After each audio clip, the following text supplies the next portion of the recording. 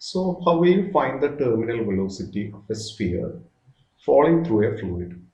Consider this blue one as a fluid of density sigma, and let there be a sphere of density rho. Let r be the radius of the sphere. Radius of the sphere, and eta be the, let's call eta the viscosity of the fluid. Viscosity.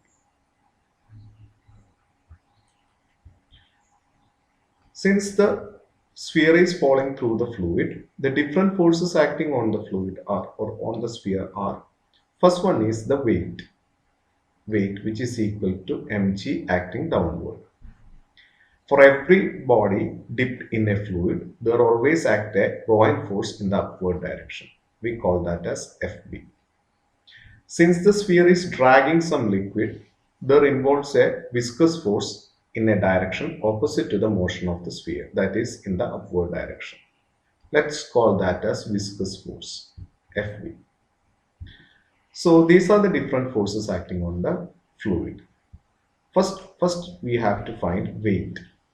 Weight of the sphere,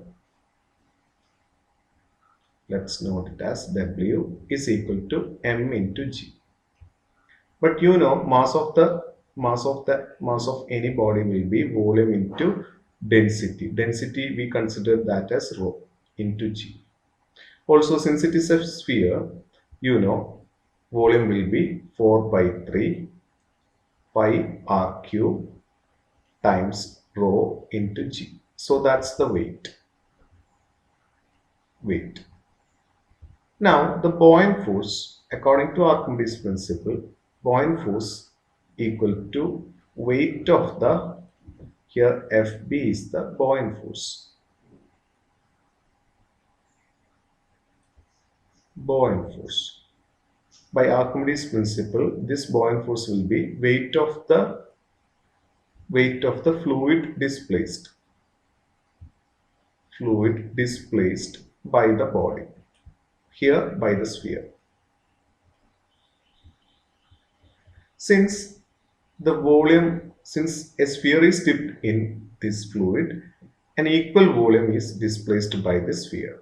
So the volume remains the same, V.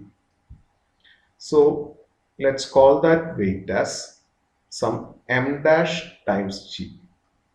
Here m dash is equal to, we are going to find the mass of the fluid displaced. Here the mass m dash will be this volume into density of the liquid is sigma. Clear? So V into volume remains the same. V into sigma into g. Since the volume remains the same, you can write volume as 4 by 3 pi r cube.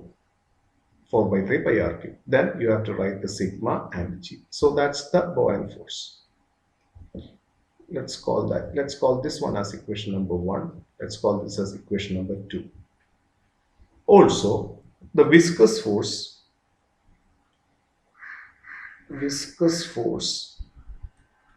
Fv by Stokes law, you know, that is equal to 6 pi eta Rv.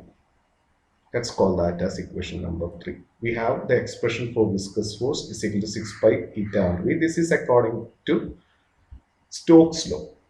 Clear? Now we have the three forces. These are the different forces acting on the fluid. Now consider the equilibrium of the sphere. Considering the equilibrium of the sphere, the net upward force downward, net downward force is equal to net upward force. Here the downward force is the weight. Weight we found that to be 4 by 3, or let's write weight is equal to, the upward forces are the buoyant forces and the viscous force.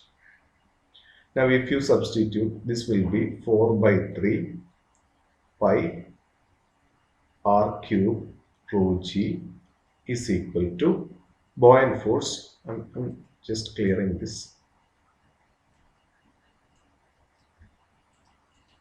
buoyant force is equal to 4 by 3 pi r cube sigma g plus the viscous force is 6 pi eta rv.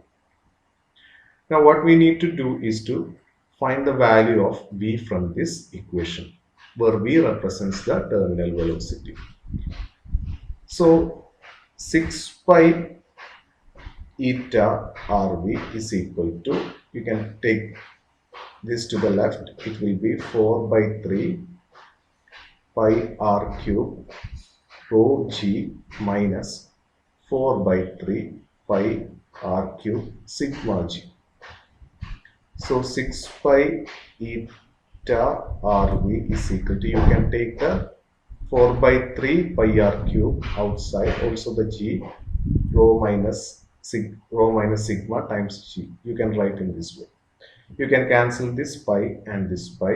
One of the r's will get cancelled. Here one r, here r cube will become r square.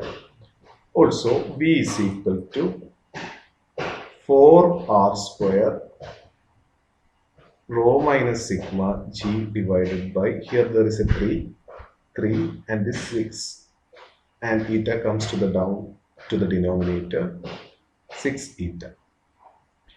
You can cancel this. 2 is common here, 2 here, 3. Implies the terminal velocity is equal to 2 by 3 into 3 is 9, 2 by 9 r square rho minus sigma g divided by eta. So this is the expression for terminal velocity acquired by the sphere falling through a fluid. Clear?